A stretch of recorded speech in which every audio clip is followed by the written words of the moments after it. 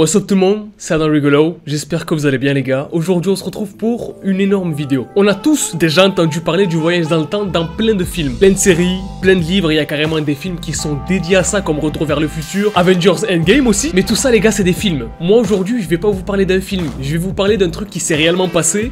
Pour de vrai. Oui, mais Adam, c'est impossible. We cannot get back to the time. It's impossible, Adam. So, what are you talking about? Ben, c'est ça le problème en fait. C'est ça le plus gros problème dans toute cette histoire. C'est que normalement, c'est impossible. Et aujourd'hui, les gars, je vais vous parler d'une histoire dont je suis sûr que vous n'avez jamais entendu parler nulle part. Il y a un gars super bizarre qui s'appelle Sergueï, qui vient de Kiev et à qui énormément de docteurs et de psychiatres ont rendu visite pour lui faire des interrogatoires, etc. Parce qu'il y a un truc qui est pas net avec ce Sergueï. Il y a des enregistrements de ce fameux interrogatoire, il y a des photos de ce fameux Sergueï, mais qu'est-ce qui s'est passé Adam? Tu nous donnes plein d'informations mais on sait pas trop de quoi ça parle. Vous inquiétez pas, on va commencer la vidéo tout de suite. Avant tout, n'oubliez pas de mettre un maximum de likes. Abonnez-vous si vous voyez que vous kiffez le délire de la chaîne au fur et à mesure de la vidéo. On est parti pour une nouvelle vidéo.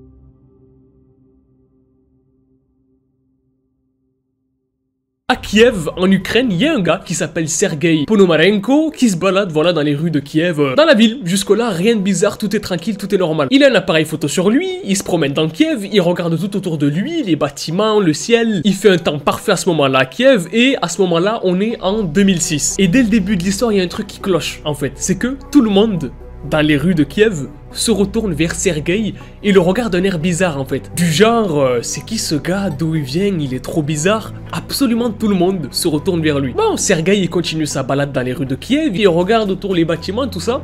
Il a l'air émerveillé en fait, comme si le mec c'était un touriste. De plus, en plus de personnes se retournent vers lui. Parce que ces gens-là sont choqués. Mais de quoi est-ce qu'ils sont choqués Adam? En fait, le truc qui fait que les gens se retournent vers lui, c'est que Sergueï, il est habillé d'une manière très bizarre. Il est habillé exactement de la même manière que les gens de Kiev, mais en 1960. Bizarre, vous allez me dire, mais peut-être que le mec il kiffe juste les années 60, Adam. Ok.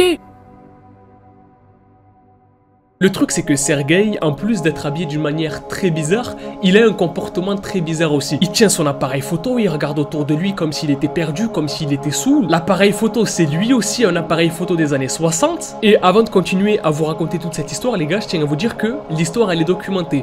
C'est réel jusqu'à preuve du contraire. Et c'est ça le plus choquant dans toute cette histoire. Bref, on peut continuer l'histoire. Au bout d'un moment en fait, il y a deux policiers qui commencent à voir le comportement de Sergueï et qui le sondent de loin, qui font un petit peu du profiling. Et ils disent ouais ce mec il a un comportement bizarre un peu, il est habillé bizarrement, il a un appareil photo bizarre sur lui, comportement bizarre, on va procéder à un contrôle. Les policiers vont vers lui, bonjour monsieur, est-ce que vous êtes sûr que ça va? Ils font genre de pas l'avoir profilé de loin, hein. Ils font genre que c'est juste des policiers qui viennent pam au hasard sur lui. Donc les policiers lui disent ouais monsieur, vous cherchez quelque chose?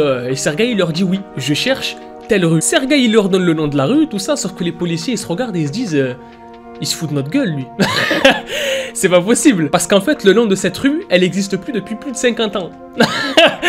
Donc il y a un problème quelque part. Donc les policiers, ils lui demandent à Sergueï, vous êtes sérieux là quand vous demandez cette rue-là? Et Sergueï leur dit oui. Il est vraiment sérieux le mec. Et ça déstabilise un petit peu les policiers qui se disent, ok c'est peut-être une blague, on se foutait de notre gueule, mais le mec il est sérieux.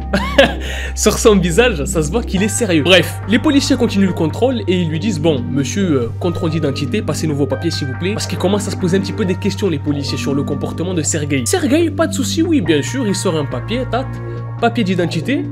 Sauf qu'il y a un problème avec le papier d'identité aussi. En fait, Sergueï, il leur sort des papiers d'identité qui datent de 1960. Aussi. Il n'y a aucune blague dans ce que je vous raconte là. Il n'y a aucune blague. Les policiers regardent les infos. Il s'appelle bien Sergueï. Né en Ukraine, à Kiev. Le papier il est tamponné avec un vrai sceau et tout. Et il est né en 1932. Sauf que c'est pas possible en fait. Parce que s'il est né en 1932, il peut pas être aussi jeune. Ça peut pas être ce mec là. Puisqu'il est beaucoup trop jeune pour être né en 1932. Soit il a trouvé l'élixir de jeunesse. Soit c'est un fou. Soit c'est un gars qui a trouvé des faux papiers et qui les a très bien fait, soit il y a un problème quelque part. Bon, les policiers savent pas quoi faire avec lui et dans le doute que ce soit un fou ou quoi que ce soit, ils l'emmènent dans un hôpital psychiatrique en fait pour faire des tests et pour voir si cette personne elle va bien mentalement en fait. Donc il va dans ce fameux hôpital psychiatrique, tout ça accompagné par la police, bam, il rencontre des docteurs, voilà le problème, si ça, il nous a dit si ça, Ok, pas de souci, on va faire des tests. Et à partir de là, du coup, il va y avoir des interrogatoires qui vont commencer entre Sergueï et des médecins et des spécialistes. Les spécialistes vont lui poser une série de questions auxquelles, à chaque fois, il va répondre la même chose. En gros, le mec, il est totalement cohérent dans ce qu'il raconte.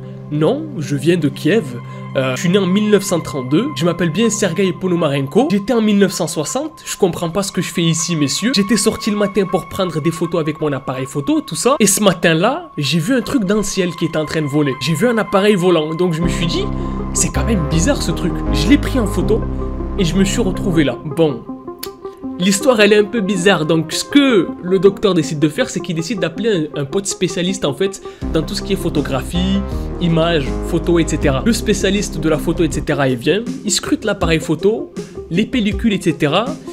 Sauf qu'il y a un problème en fait, c'est que ce type d'appareil photo là n'existe plus depuis plus de 50 ans.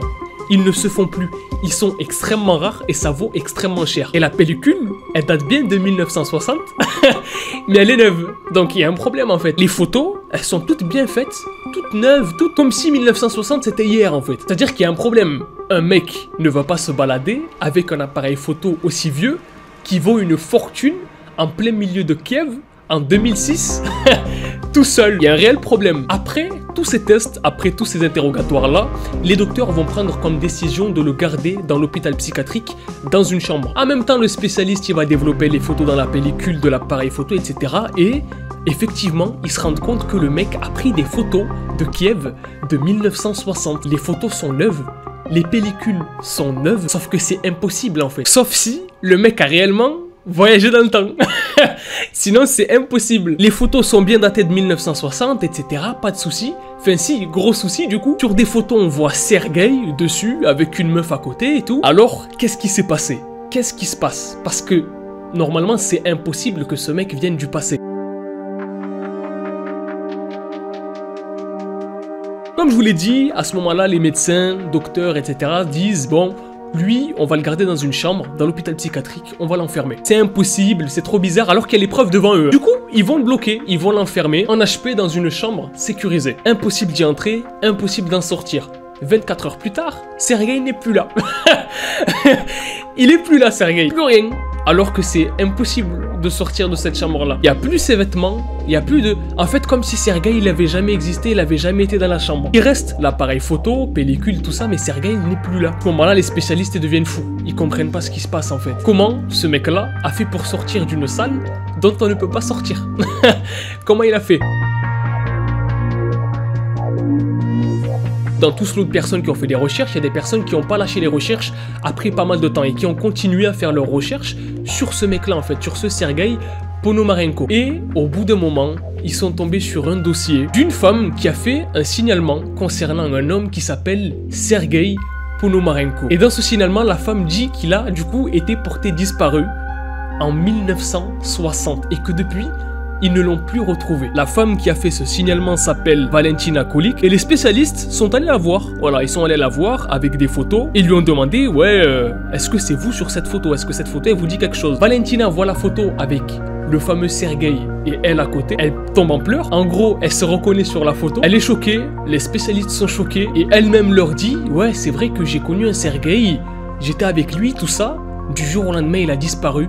On sait pas où il est passé, sa famille a tenté de le chercher, etc. mais on n'a rien trouvé. Et jusqu'aujourd'hui, on n'a plus jamais eu de nouvelles de ce Sergueï Ponomarenko. Alors, est-ce que c'est réellement quelqu'un qui a voyagé dans le temps? Ou est-ce que c'est simplement une espèce de gros canular ou de plan manigancé par l'Ukraine? Je pense qu'on n'aura jamais la réponse, ou peut-être que si. En tout cas les gars, si vous voulez que je vous fasse une espèce de partie 2 sur cette histoire, avec les quelques incohérences que certaines personnes ont peut-être soulevées, dites-moi tout ça dans les commentaires les gars, en commentant dans les commentaires hashtag Sergueï, voilà, commentez hashtag Sergueï. N'oubliez pas les gars de liker un maximum la vidéo si l'histoire vous a plu. Moi en tout cas je trouve que si jamais il n'y a pas de réelle incohérence, et que du coup il n'y a rien qui vient dire c'est totalement faux comme histoire, c'est quand même super ouf comme histoire. Et bref, comme je vous l'ai dit, maximum de likes si vous avez kiffé, commentez dans les commentaires hashtag Sergueï pour une suite de cette histoire. N'oubliez pas les gars de vous abonner à la chaîne si vous êtes nouveau et que vous kiffez le délire de la chaîne. Moi je vous dis à la prochaine pour une nouvelle vidéo. Peace out et kiffez la vie.